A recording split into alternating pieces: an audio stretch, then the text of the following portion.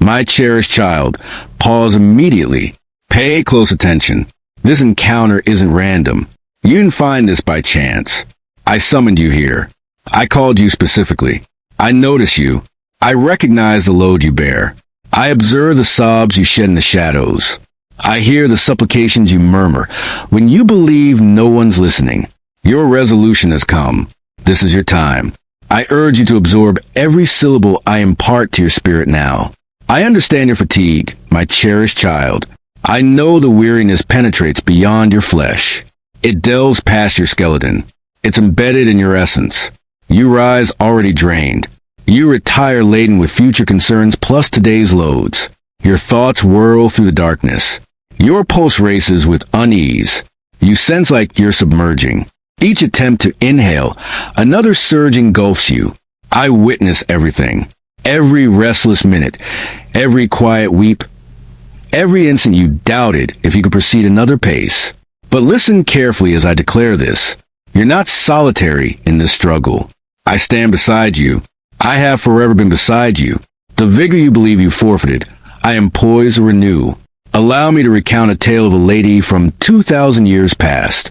You must absorb her narrative. It's your narrative. This lady suffered hemorrhaging for 12 years. 12 extended years. Ponder that briefly. For 12 years, her form deceived her daily. She awoke hemorrhaging. She slept hemorrhaging. Month upon month, year upon year, no respite, no pause, no cure. She expended all her possessions on healers. Doctor after doctor, cure after cure, treatment after treatment. Nothing succeeded. Nothing aided. Indeed, she worsened. The cures weakened her further. The drugs depleted her funds. The visits yielded only let down. But that wasn't the harshest aspect, my child. Per the regulations, her state rendered her impure, unapproachable. She couldn't attend the sanctuary to adore. She couldn't hug her kin. She couldn't cradle an infant. She couldn't experience the solace of fellow humans. For 12 years, she existed in seclusion. She existed in disgrace. She existed in agony unseen by others. Agony incomprehensible to others. Can you envision her seated solitary in her modest dwelling, gazing from the pane as households strolled to the temple, as youngsters frolicked in the lanes?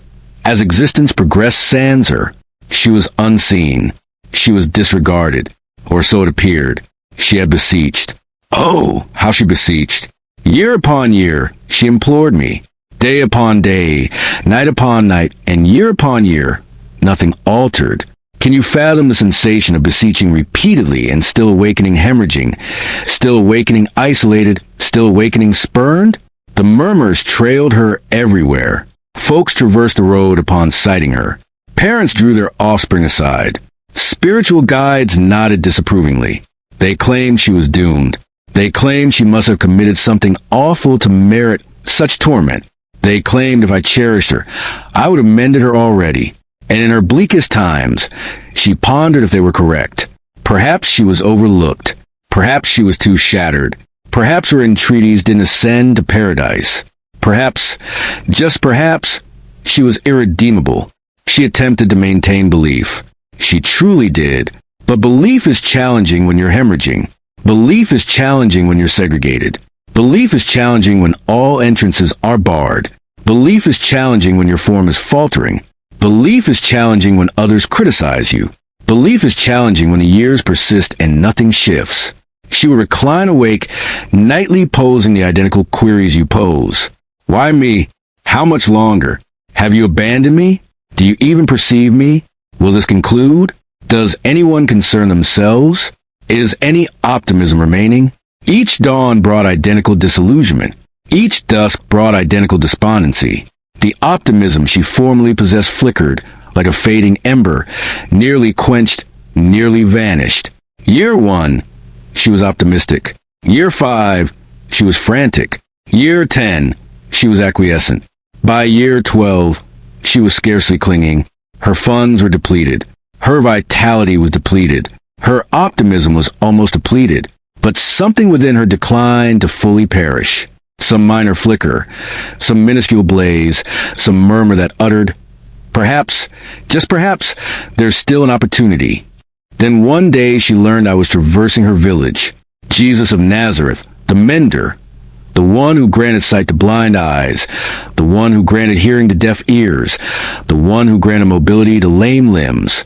She absorbed the accounts. She learned of the leper purified. She learned of the immobilized man who ambulated. She learned of the possessed liberated. And optimism, that minor flicker, started to expand, slight and delicate like a taper in a gale. But it existed. It was vital. But then actuality intruded. How could she approach me? She was impure. If anyone discovered her amid the throng, they might stone her. If she contacted anyone, she would contaminate them. Per the regulations, she shouldn't even depart her abode. Venturing into a multitude could result in her demise. The penalty for an impure individual entering public was harsh. She understood the hazards. She understood the perils. But what did she risk losing? 12 years of this existent demise. Perhaps genuine demise would be preferable. Or perhaps, just perhaps, she would discover restoration. So she resolved a frantic, faith-infused resolution. She told herself, if I can merely contact the fringe of his attire, I will be mended. Not even contact him. Just his garments. Just the border of his cloak. That was all she required. That was all she ventured to anticipate. Contemplate that belief. After 12 years of disillusionment, after 12 years of unsuccessful cures, after 12 years of unresponded entreaties, she still trusted that one contact could alter all. So she enveloped herself in a mantle. She drew it down over her visage. She concealed herself entirely, and she thrust into that enormous throng. Individuals were ubiquitous, pressing, jostling, striving to near me. The clamor was thunderous. The squeeze of forms was overpowering. She could scarcely respire. She was petrified. Someone might identify her. Someone might reveal her. Someone might haul her off and stone her. Each stride was perilous. Each instant was hazardous. But she persisted. Stride by stride, thrust by thrust. She disregarded the ache in her form. She disregarded the dread in her spirit. She disregarded the voices in her mind declaring her unworthy. She thrust onward. She battled onward. She advanced ahead. And then at last she beheld me. I was strolling by. The throng was dense. Forms pressed from all directions. But she extended her arm. Her hand quivered. Her digits elongated forward. And for a single instant, she contacted the border of my cloak. Merely a contact. The gentlest contact. Her fingertips scarcely skimmed the material. And in that moment, all transformed. The hemorrhaging ceased. After 12 years of anguish, in 1 second, her form was restored. She sensed it. She recognized it. The ache vanished. The frailty vanished. The hemorrhaging had halted. 12 years of ordeal concluded in 1 second. She believed she could escape undetected. She believed she could vanish into the throng. She believed she could bear this concealed wonder home, conceal it, cherish it, safeguard it. But I halted striding. I pivoted and inquired, who contacted me? My followers thought I was jesting. The throng pressed from all sides. Everyone contacted me. Dozens, hundreds. But I knew someone had contacted me with belief. Someone had extracted restorative energy from me. This wasn't incidental contact. This was a belief linkage. This was distinct. And this lady, now terrified, collapsed at my feet. She trembled. Her entire form shook. The mystery was revealed. Everyone would learn. Everyone would criticize. Everyone would denounce. But she disclosed everything to me. The 12 years, the healers, the funds, the disgrace, the frenzy, the dread, the belief, every particular, every agonizing recollection, every degrading instant. And when she concluded, I gazed at her, truly gazed at her, not with criticism, not with revulsion, not with denunciation, but with affection in my gaze, with empathy in my tone, with gentleness in my spirit. And I addressed her as daughter. Daughter, do you comprehend that term? Do you grasp its significance? For 12 years, she had been labeled impure, doomed, shattered, unapproachable, spurned, contaminated, exile. But I addressed her as daughter. I addressed her as mine. I addressed her as cherished. I addressed her as kin. Before all, openly, courageously. I asserted her as my own, and then I stated, your belief has restored you. Your belief, not my arbitrary choice to mend someone that day. Not fortune, not happenstance, not mishap. Your belief, the belief that propelled you through the throng. The belief that prompted you to extend. The belief that declined to surrender. The belief that trusted one contact could alter all. Your belief has rendered you complete. Proceed in tranquility. Your torment is concluded. Can you envision the burden that elevated from her frame in that instant? 12 years of torment over. 12 years of disgrace vanished. 12 years of seclusion ended. 12 years of spurning obliterated. She entered that throng as an exile. She departed as a daughter. She arrived in disgrace. She exited in dignity. She came fractured. She left intact. My cherished child, do you perceive it? Do you identify yourself in her tale? You have endured as well. Perhaps not for 12 years. Perhaps longer. Perhaps briefer. But sufficient duration to feel abandoned. Sufficient to question if your entreaties reach me. Sufficient to expend all you possess. Sentimentally, bodily, monetarily. Attempting to mend what only I can mend. You have sought every aid, every remedy, every individual who vowed assistance. You have attempted all you know, and still the issue persists. Still the agony endures. Still the advance hasn't arrived. You have entreated for your wellness to ameliorate. Nothing shifted. You have entreated for your finances to improve. Still battling. You have entreated for your kin to mend. Still fractured. You have entreated for your serenity to revive. Still restless. You have entreated for your vigor to replenish. Still depleted. And the adversary murmurs the identical falsehoods he murmured to her. You are abandoned. You are doomed. If God cherished you, he would have responded already. You are too shattered to mend. You have lingered too long. You have endured excessively. It is too tardy for you. But I am here to convey something. Those are falsehoods. Falsehoods from the abyss of inferno. You are not abandoned. You are not doomed. You are not too shattered. You are not too tardy. You are my cherished child. I perceive you. I have perpetually perceived you. Every sob, every entreaty, every instant of agony, I perceive all. And I am not remote. I am not indifferent. I am not disregarding you. I am arranging your wonder. That lady thought she was extending toward me. But truthfully, I was extending toward her. I wasn't traversing that village coincidentally. I coordinated every element of that day.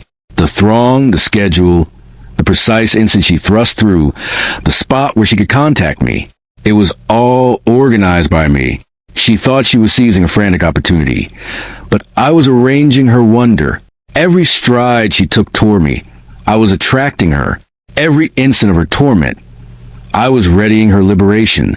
The postponement was a rejection. It was celestial arrangement. The anticipation wasn't desertion. It was intentional readying. And that is precisely what I am executing in your existence now. You believe you're merely attempting to endure, merely attempting to cling, merely attempting to endure another day. But I am arranging your advance. The postponements you've encountered are not rejections. They are arrangements. I have been organizing conditions, relocating individuals, altering scenarios, coordinating particulars, all so that at the ideal instant, all will synchronize and you'll experience my might in a manner you've never before. What appeared as a diversion was actually the route.